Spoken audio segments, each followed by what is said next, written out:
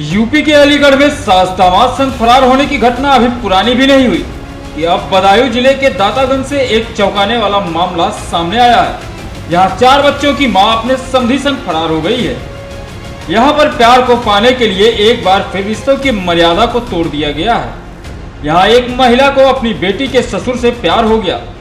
दोनों में प्यार इतना बढ़ गया कि दोनों ने एक दूसरे के साथ रहने का फैसला कर लिया और एक दूसरे का दामन थाम लिया।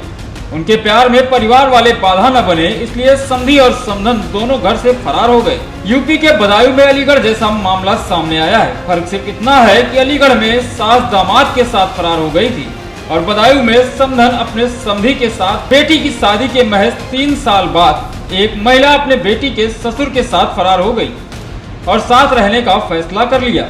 और अपने समधी को बुलाने के बाद समधन अपने समधी के साथ फरार हो गई। महिला के 4 बच्चे हैं, जिसमें एक लड़की की शादी 2022 में हो गई थी। उसी ससुर के साथ महिला ने जीवन बिताने का फैसला कर लिया है। महिला का पति ट्रक ड्राइवर है। उसने बताया कि वह लंबे रूट पर ट्रक चलाने के लिए काम करता है।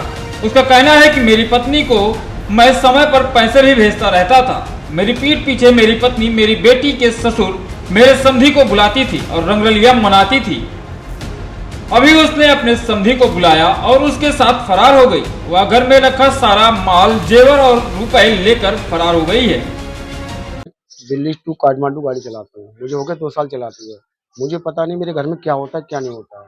मेरी मैडम फोन करती, मैं पैसे डालता रहता था। मैंने कभी ये नहीं पूछा कितने पैसे खर्च हो रहे कितने नहीं है। ट्रक ड्राइवर की इनकम है कम से कम 40,000 रुपये महीने की, ठीक है। उसके बाद में मेरी पीठ पीछे क्या चल रहा है क्या नहीं चल रहा है इसके बारे में जानकारी नहीं है। जब जानकारी पड़ी मैंने कहा मैं घर आके बताऊंगा, ठीक है। इससे पहले 3 बार मैं हंगामा कर चुका हूँ, 3 बार भाग चुकी है अपने समधी के साथ में। इससे पहले भी बात इससे पहले भी मैंने फिर भी इसे रख लिया घर में। मैंने अब चलो अगली बार सुधर जाएगी, तो नहीं सुधरी। तीसरी बार ये हुआ 11 तारीख की रात में 11 बजे, जिस दिन आंधी और पानी आया था। मैं लखनऊ था, गाड़ी लेके आ रहा था। इसे पता लग गया ये आ रहा है कलेश हो घर में। समधी को फ़ोन किया, 700 रुपये वहाँ से गाड़ी करके आया। गाड़ी वाले का नंबर है, गाड़ी वाला खुद बयान करेगा। इस मामले में महिला के बेटे का कहना है कि मेरे पापा घर पर नहीं रहते थे। मम्मी हर तीसरे दिन अपने समधी को बुलाती रहती थी और घर में उसी के साथ रहती थी। हम लोगों को दूसरे कमरे में भेज दिया जाता था। वह अपने समधी के साथ एक टेम्पो में बैठकर फरार हो गई है।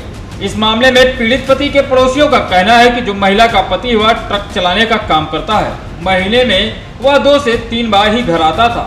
महिला इस बात का फायदा उठाती थी और अपने समधी को घर में अक्सर बुलाती रहती थी। मोहल्ले वालों को इसलिए कोई आपत्ति नहीं थी क्योंकि वह रिश्तेदार थे। हालांकि वह रात के 12 बजे अक्सर घर आता था और सुबह जल्दी निकल जाता था। महिला को भी लेकर फरार हो गया है। बदायूं से जनमत न्यूज के लिए योगेश गुप्ता की रिपोर्ट।